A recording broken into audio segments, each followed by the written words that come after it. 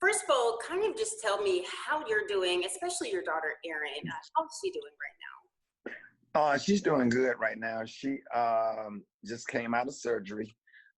We thought that she was going to have two more surgeries by the end of the week, but she's doing fine, and she's in good spirits. She's just thankful to be alive. She's more worried about other gunshot victims and kids all over the country who lost their lives, and so she's not complaining about anything. She is humble and she's grateful to be alive. So. That is awesome to hear. And obviously, you were asleep when all of this happened. You mentioned online how you woke up to text messages that your daughter had been shot. Kind of tell me what goes through your head as a parent whenever you wake up and you see that. Just the terror, because just the day before my daughter was shot, I made a video when the 8-year-old young man was killed at the Galleria in Birmingham, Alabama. We have a Galleria also. Little boy was killed, a shooting broke out, and he was killed, probably, I think it was the day before the 4th of July, and I was really upset about it. And I go to bed and wake up and my daughter is shot. And it's just the horror and the terror that and the anxiety.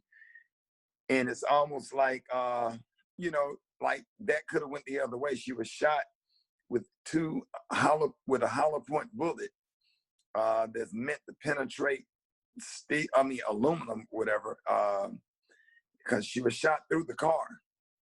And if that would have hit anywhere in her torso, we would have been having a different conversation today. But everybody has been absolutely wonderful. I got a personal call from the police chief, got a call from Congresswoman Sheila Jackson Lee, awesome mayor here in Houston, Texas. Everybody in my Urban One family and 97.9 The Box, and the radio station. So everybody has just been absolutely fabulous, but definitely the Houston Police Department and the police chief. So just thankful and grateful and humble.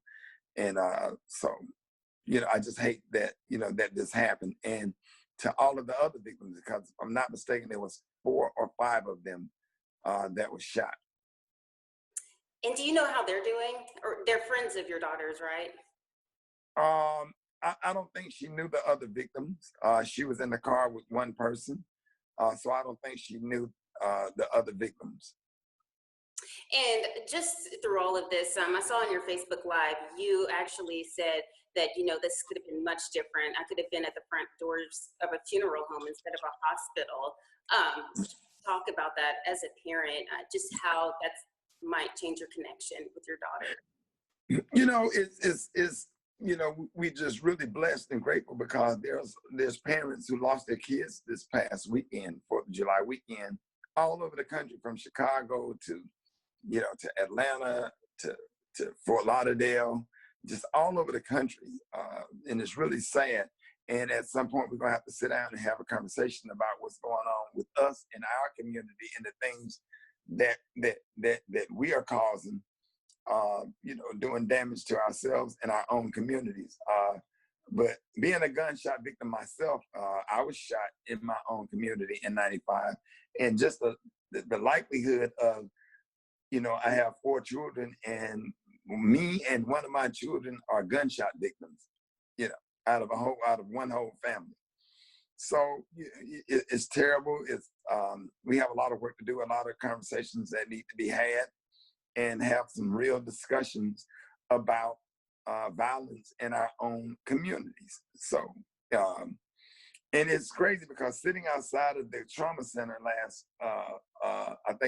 night, and I was just watching, victim after victim because we couldn't go inside to see our daughter because of coronavirus, which I respect, but just victim after victim after victim, ambulance after ambulance, back to back, coming from different places with people that's been shot and injured due to violence in our community. And it's sad, and it's happening all over the country. And just having seen that with your own eyes, being at the hospital, seeing other victims who were also, victims of violence, what do you have to say to the shooters involved in your daughter's shooting? uh, turn yourself in. Uh, because whatever you put out into the universe is gonna come back to you. And to get rid of the guns and try to make some better choices and hang around different people. Try to just be a better person to society, because you're gonna end up either in jail or dead, or you're gonna get somebody in your own family killed because somebody come looking for you and shoot up your house, and your mother, your aunt, your grandmother, your little brother, little sister, your child end up getting killed. It's just not worth it. Take a look at your life, reevaluate your life, and just try to do better. But I'm hoping and praying, with the help of the Houston Police Department, that they would round everybody up who was shooting at that intersection that night, and everybody have to pay for what they did. And one more question that I was going to ask: what does the road to recovery look like for Erin right now? She had a surgery today. We thought that she was going to have two more surgeries. I don't think they're going to have the surgery, but they gotten a lot of the fragments out, and they closed her wound up. They didn't put anything on the other wound. I think that's going to naturally heal. They don't have to do any skin grafts. So by the end of the week, when she get out of the hospital, she's going to be on a boot. She'll be able to put pressure on the feet. She cried today because she thought that she was not going to be able to walk because she didn't have any feeling in her feet, in her foot. I think on her right side, she didn't have any feeling in her foot, but she's fine. The surgery was great. Some of the best hospitals I've ever seen in the United States are the hospitals down here. So we're just excited and thankful and grateful to all of the doctors, the nurses, all of the staffers at the hospital. People have went out of their way for us since we've been here in Houston. Everybody over at the Breakfast Club and Turkey Leg Hut sent food. Everybody. So we're just thankful and grateful, and we really appreciate the hospitality. My mother is here. She flew here from Birmingham. My daughter's grandparents flew in from Indianapolis, Indiana, and we are all here. And we are just grateful and thankful for your prayers, card, your hospitality, and all of the phone calls, from the police chief to the assistant police chief to the mayor. Gave me a person. I sat outside of the Galleria and talked to the mayor on the phone for about 30 minutes, good long conversation. And we have plans to do some things in the community to try to see if we can try to change the mindset of and get to the root of why some of the young people, doing what they're doing. So it's been a blessing and a curse at the same time. Hopefully something good can come out of this. And then also, this is happening in the midst of COVID. You can't be there by her side while she's in the hospital recovering. Not only the midst of COVID, the midst of a modern day civil rights movement. And it's almost like you're shooting each other while the house is on fire. You know what I'm saying? Our house is on fire right now. And we just got people that have a certain mindset that it's okay to shoot. I mean, even if you are a criminal, now's not the time, because we have bigger issues that we have to address. In the middle of a pandemic, in the middle of a civil rights movement, Black Lives Matter, which they do, and we're not going to mix up the two, because I support Black Lives Matter. It's two different conversations, but there are some things that we're going to have to address within our own community. And just making it bad for all of us protesters that's out here that's trying to get rid of systemic racism, because now everything that we're doing out here is watered down. Everything I talk about on the radio, because now you're giving people that don't support us ammunition to use against us, and it's just not smart. And is there anything that you would like to share on Erin's behalf, on the family's behalf?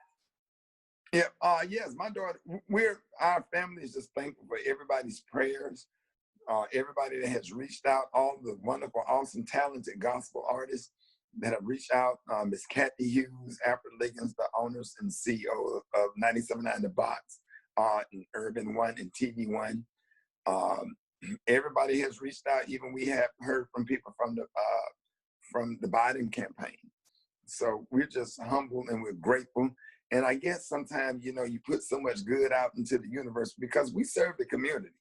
And we have always served the community. We go down into the community and give away toys every Christmas morning at 3 a.m. We line up with the Birmingham, Alabama Police Department, and we give away toys every Christmas. We had the Rickey Smiley Foundation where we were doing things in the community and helping people.